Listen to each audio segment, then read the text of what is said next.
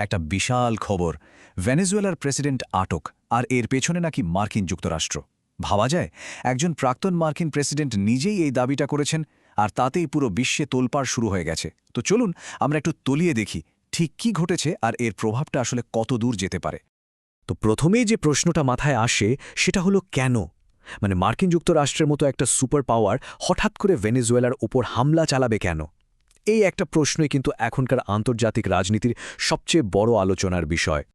আর এই হলো সেই মূল দাবিটা, যা রীতিমতো বোমা ফাটানোর মতো। বলা হচ্ছে একটা বড়সড় আর সফল মার্কিন সামরিক অভিযানে ভেনেজুয়েলার প্রেসিডেন্ট নিকোলাস মাদুরোকে আটক করা হয়েছে। একবার ভেবে দেখুন, একটা স্বাধীন দেশের প্রেসিডেন্টকে এভাবে আটক। আন্তর্জাতিক আইনে এটা একটা অমচম বড় ঘটনা, আর এর ফলে পুরো পরিস্থিতিটা যে আরও কত জটিল হয়ে উঠবে তা বলাই বাহুল্য। আচ্ছা, এত বড় একটা পদক্ষেপ নিল, এর পেছনে মার্কিন যুক্তরাষ্ট্রের যুক্তিটা কি? তারা অফিসিয়ালি কি বলছে? তাদের ভাষ্যমতে এর কারণ নাকি ভয়াবহ সব অপরাধমূলক কাজ। চলুন দেখে নেওয়া যাক অভিযোগগুলো ঠিক কি কি। তো মার্কিন প্রশাসনের মূল অভিযোগটা হলো প্রেসিডেন্ট মাদুরো নাকি একটা বিশাল ড্রাগ কার্টেলের মাথা। তার নেতৃত্বেই নাকি মার্কিন যুক্তরাষ্ট্রে কোকেন পাচার হয়। তাদের কথা হলো এটা কোনো রাজনৈতিক চাল নয়, এটা একটা আন্তর্জাতিক ক্রাইম বাস্টিং অপারেশন। আর ইসিলিয়ে মাদুরোকে ক্ষমতা থেকে সরানোটা নাকি খুব জরুরি হয়ে পড়েছিল। তবে এই অ্যাটাকটা কিন্তু হুট করে হয়নি। জানা যাচ্ছে এর পেছনে কয়েক মাস ধরে একটা প্ল্যান চলছিল। ধীরে ধীরে চাপ বাড়ানো হচ্ছিল।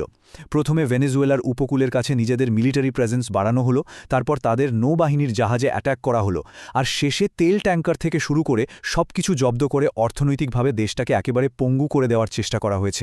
আর এই উত্তেজনার আগুনে ঘি ঢেলেছিলেন প্রাক্তন মার্কিন প্রেসিডেন্ট স্বয়ং। তার এই কথাটা শুনুন, সে যদি শক্ত হতে চায় তাহলে সেটা হবে তার জীবনের শেষবারের মতো শক্ত হওয়ার সুযোগ। কি সাংঘাতিক একটা হুমকি, তাই না?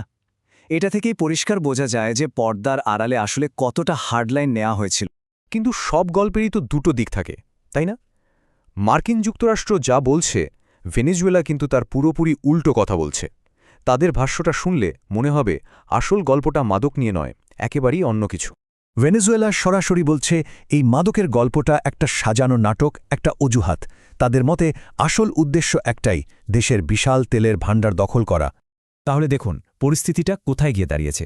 একদিকে আমেরিকা বলছে এটা ওয়ার অন ড্রাগস, আর অন্যদিকে ভেনেজুয়েলা বলছে এটা আসলে ওয়ার ফর অয়েল, তাদের সম্পদ দখলের ষড়যন্ত্র। প্রশ্ন হলো, সত্যিটা আসলে কোনটা?